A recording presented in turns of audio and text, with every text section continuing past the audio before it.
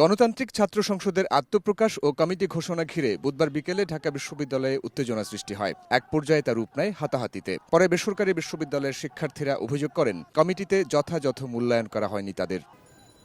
পরদিনই ঢাকা বিশ্ববিদ্যালয়ের মধুর ক্যান্টিনে সংবাদ সম্মেলনে 205 সদস্যের পূর্ণাঙ্গ কমিটির নাম ঘোষণা করেন সংগঠনটির আহ্বায়ক আবু বাকের মজুমদার। বুধবারের ঘটনাকে অনাকাঙ্ক্ষিত আখ্যা দিয়ে দুঃখ প্রকাশ করেন তিনি। সেই অনাকাঙ্ক্ষিত ঘটনার জন্য আমরা দুঃখ প্রকাশ করছি, এই মর্মে যে বিশেষ করে বিশ্ববিদ্যালয়গুলো ক্যাম্পাসগুলোতে কোনোভাবেই কখনোই আমরা চাই না যে কোনো ধরনের উত্তেজনাকর পরিস্থিতি তৈরি হোক।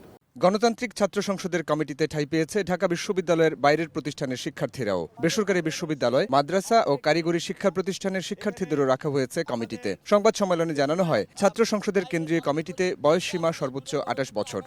40% বেশি গ্লো, বিশ্বের 1 নম্বর গ্লো ক্রিম, নতুন গ্লো এন্ড লাভলি। কেন্দ্রীয় কমিটিতে সর্বোচ্চ বয়স 28 বছর হবে। এছাড়াও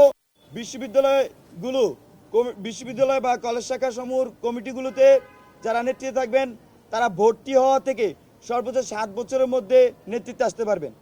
ঘোষিত আহ্বায়ক কমিটি সারা দেশের বিভিন্ন ইউনিটে নতুন কমিটি তৈরিতে মুখ্য ভূমিকা রাখবেন বলেও জানান আবু বাকের মজুমদার। সারা দেশের বিভিন্ন ইউনিটে, বিভিন্ন সংসদে তারা কমিটি আহ্বান করবেন। সাইফুল রুদ্র, সময় সংবাদ, ঢাকা।